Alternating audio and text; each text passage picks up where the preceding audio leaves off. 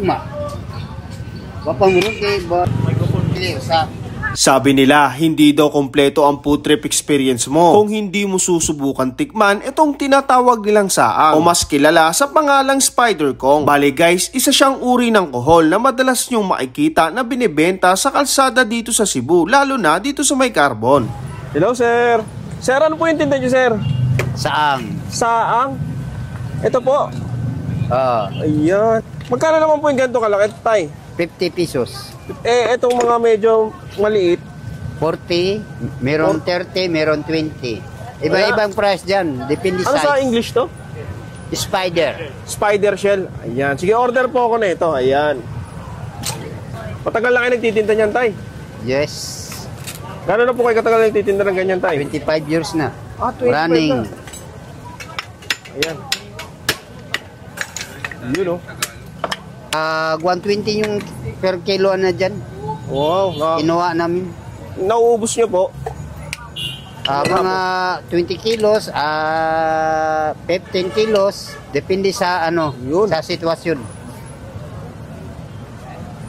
Anong oras naman po kayo nagbubukas dito tayo o nagtitinda? Alas 5 Ayan. sa hapon. Tapos dito po kayo sa may Carbon.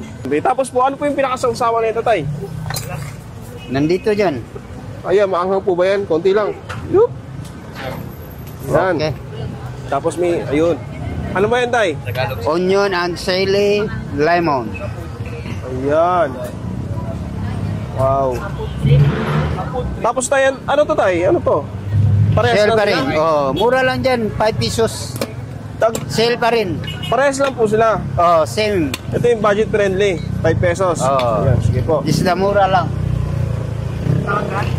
Finally, ito na yung isa sa mga popular o mga talagang sikat na street food dito sa Cebu, guys. Ito yung saang o yung spider na shell o ano man tawag doon. Ayan siya, guys. So, yung binili natin, guys, is 50. Yung nasa shell pa. Malaki.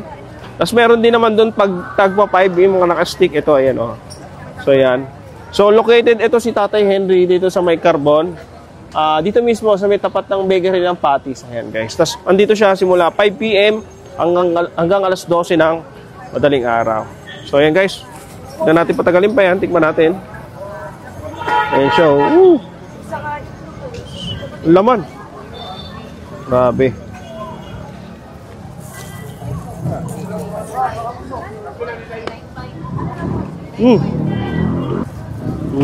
Para siyang lasang tahong na may talaba, na lasang dagat, ganyan.